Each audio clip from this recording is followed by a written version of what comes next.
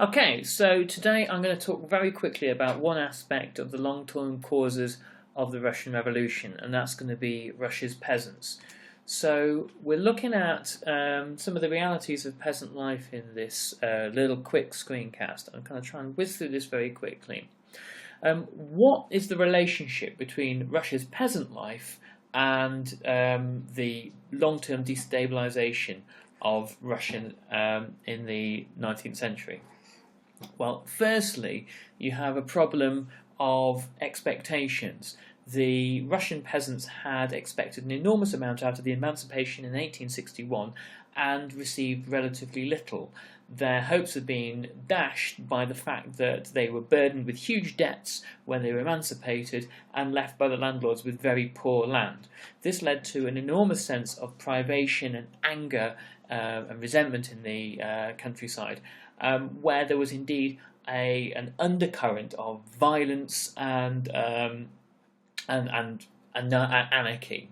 The Tsar, particularly Nicholas II, had a very poor understanding of the realities of peasant life, the short life expectancy, the mass illiteracy, the alcoholism and violence that were key to all peasant villages, and the disconnect between what the Tsar perceived and what really existed leads again to a great deal of instability, particularly when the Tsar's power diminishes and his ability to police the countryside during 1905 and then later during 1917 is proven to be utterly non-existent.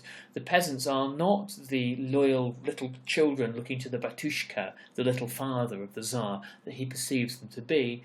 They are very often a quite anarchic and self-interested group, as many other groups within the Russian Empire would be, and they're interested primarily in land. And this is why, in 1905 and 1917, a separate revolution, really divorced from the political revolutions happening in the towns and cities, happened in the land, and it is really a kind of an outpouring of repressed violence, where farmhouses are stormed and manor houses are stormed, and the landlords are very often murdered and aristocrats sent fleeing. And the interests of that peasant revolution are really in acquiring land, not so much in the kind of the political ideas that are dominating discourse within towns and cities. Anyway, hopefully that was a useful, very, very brief little screencast. If you'd like to know more about Russian history or anything else to do with modern history, visit us at www.explaininghistory.com.